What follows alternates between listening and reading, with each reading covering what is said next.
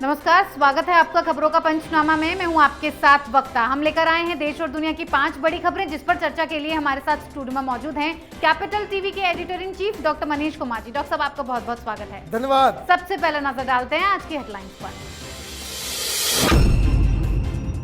नवनीत राणा को बॉम्बे हाईकोर्ट से झटका, एफआईआर रद्द करने की मांग वाली याचिका खारिज, स्पीकर को लिखी चिट्ठी।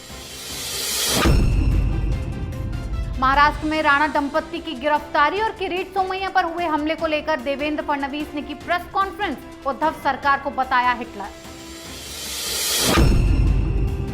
ममता बनर्जी को हिंसा मामले में कोर्ट से बड़ा झटका, मुआवजा और नौकरी देने के मामले में हाईकोर्ट ने बंगाल सरकार से मांगा हलफनामा।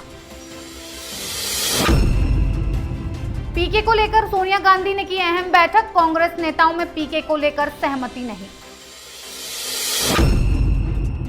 अफगानिस्तान में पाकिस्तान की एयर स्ट्राइक, तालिबान की चेतावनी, नहीं बर्दाश्त करेंगे हमले।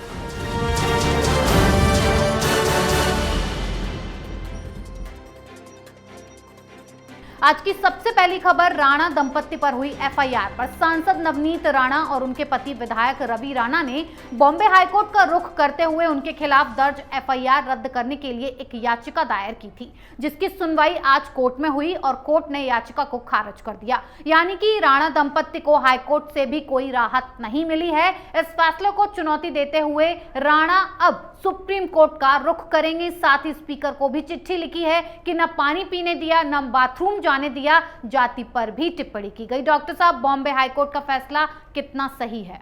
अब हाईकोर्ट का फैसला है, इसके ऊपर क्या कहा जाए, लेकिन मसला सुप्रीम कोर्ट पहुंचा है और हमने पहले भी देखा है अर्नब गोस्वामी के केस में कि किस तरीके से जब मुंबई हाईकोर्ट से राहत नहीं मिली तो सुप्रीम कोर्ट से उसे राहत भी मिली और सुप्रीम कोर्ट की तरफ से हाईकोर्ट के जजमेंट के ऊपर तल्ख टिप्पणियां की गई थी। मुझे तो ऐसा ही कुछ होता हुआ दिख रहा है। एक महिला, वो भी सांसद, वो किसी पब्लिक स्पेस पे हनुमान चालीसा पढ़ती है तो समाज में दो समुदायों को लड़ाने का काम शुरू हो जाता है। ये न्याय है?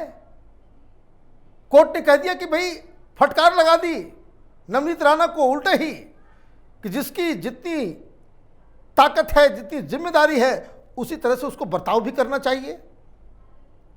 पुलिस की क्या जिम्मेदारी है, राज्य सरकार की क्या जिम्मेदारी है, मुख्यमंत्री की क्या जिम्मेदारी है और हाईकोर्ट की क्या जिम्मेदारी है?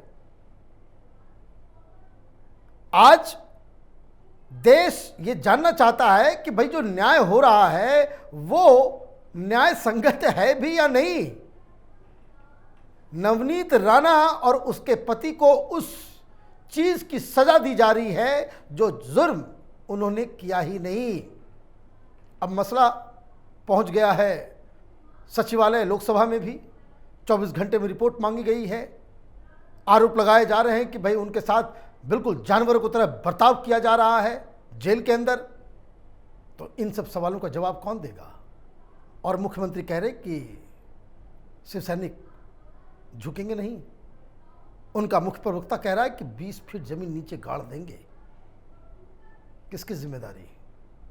अगर कोर्ट अपनी जिम्मेदारी नहीं समझ रही है तो लोगों का विश्वास इस तरह के कोर्ट से उठता है, उससे भरोसा जगता नहीं है। जी डॉक्टर साहब, एक तरफ राणा दंपत्ति को 14 दिनों की न्यायिक हिरासत, तो वहीं दूसरी तरफ इसी मुद्दे पर देवेंद्र फडणवीस ने प्रेस कॉन्फ्रेंस की और उद्धव सरकार पर जमकर निशाना साधा और कहा कि प्रदेश में खुलेआम हिटलरगिरी चल रही है। बीजेपी नेताओं पर पुलिस सुरक्षा के बाद भी हमले हो रहे हैं। राणा दंपत्ति की गिरफ्तारी गैर कानूनी है। दलित होने के कारण पानी तक नहीं पीने दिया जा रहा। साथ ही फडणवीस ने प्रेस कॉन्फ्रेंस में हनुमान चालीसा भी पढ़ा और कहा कि यहाँ नहीं तो क्या पाकिस्तान में पढ़ी जाएगी हनुमान चालीसा। अपनी प्रेस कॉन्फ्रेंस में उद्धव सरकार पर कई आरोप लगाए और हिटलर शाही का मुकाबला करने की भी बात कही। डॉक्टर साहब, देवेंद्र फडणवीस ने जो भी आरोप उद्धव सरकार पर लगाए हैं, कितने सही हैं? क्या वाकई महाराष्ट्र में हिटलर शाही है? बिल्कुल हिटलर शाही है, इसमें कोई डाउट ही नहीं है।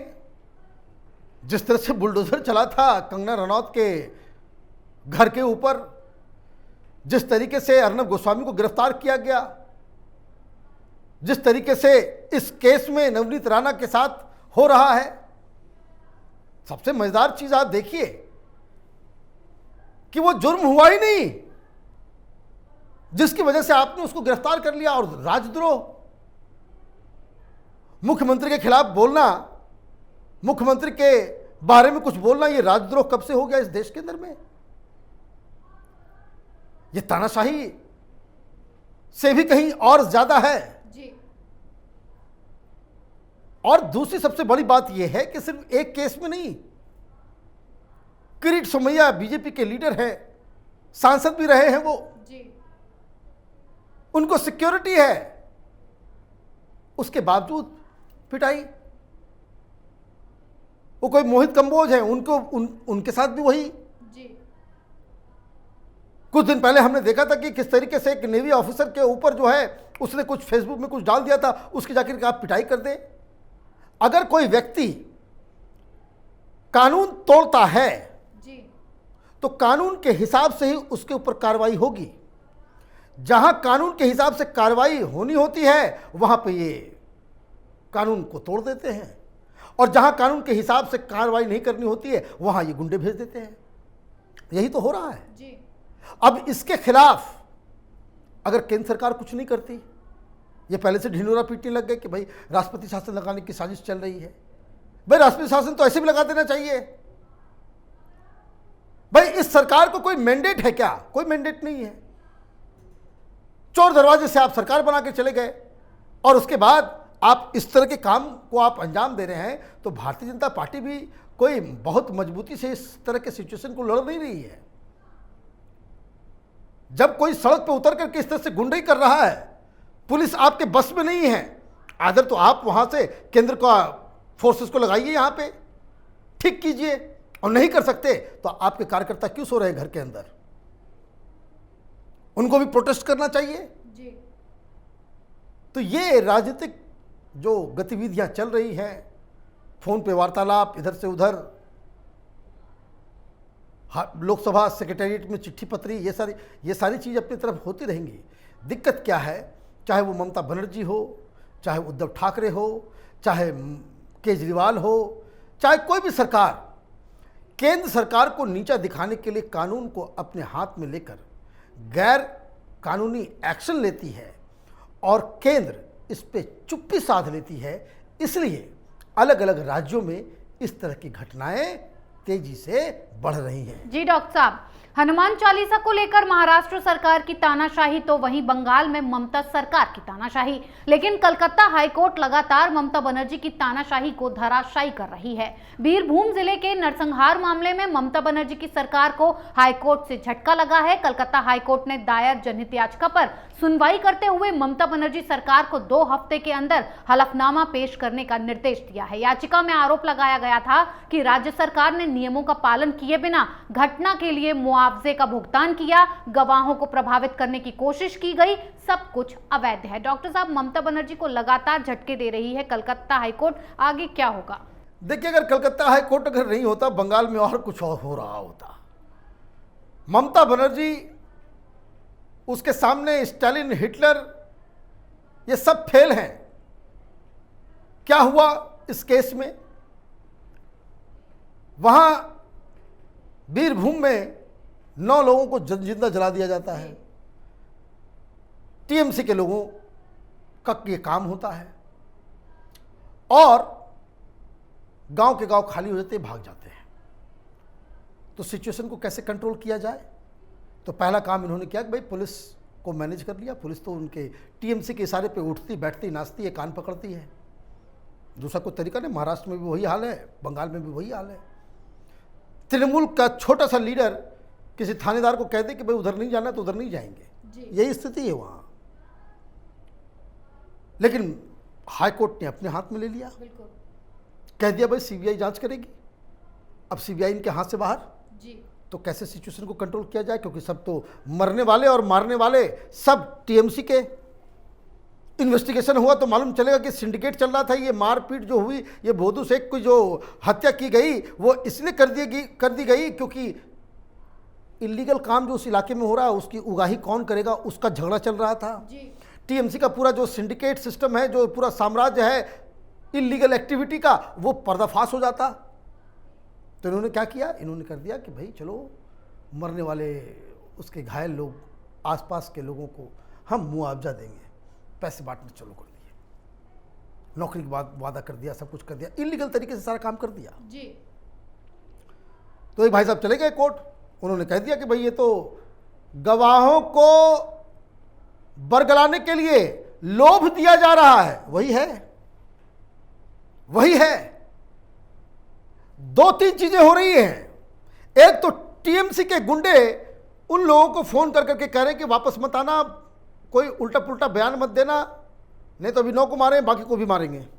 एक तो धमका रहे हैं, डर के मारे भाग गए ये लोग, और दूसरा आप पैसे भी दे रहे हो, और तीसरा ये टीएमसी के लोग जाकर के उन लोगों को समझा रहे हैं कि देखो ऐसा है, जो हो गया सो हो गया, मरने वाला तो वापस आएगा नहीं। ममता दीदी इतना इतना पैसा दे रही है, सब कुछ कर रही है, चुप हो जाओ, बयान मत देना। This is what is happening. यही रिपोर्ट्स बता रहे हैं, वहां पे ग्राउंड के लोग यही कह रहे हैं कि ये चारों तरफ से जो विक्टिम है उसके साथ ममता बनर्जी खड़ी नहीं है। ये वो पूरे केस को दफनाना चाहती है, और कलकत्ता हाईकोर्ट ने इसलिए कहा है कि अब आ जाओ, अब बताओ कि भी क्या हुआ है, हलफनामा।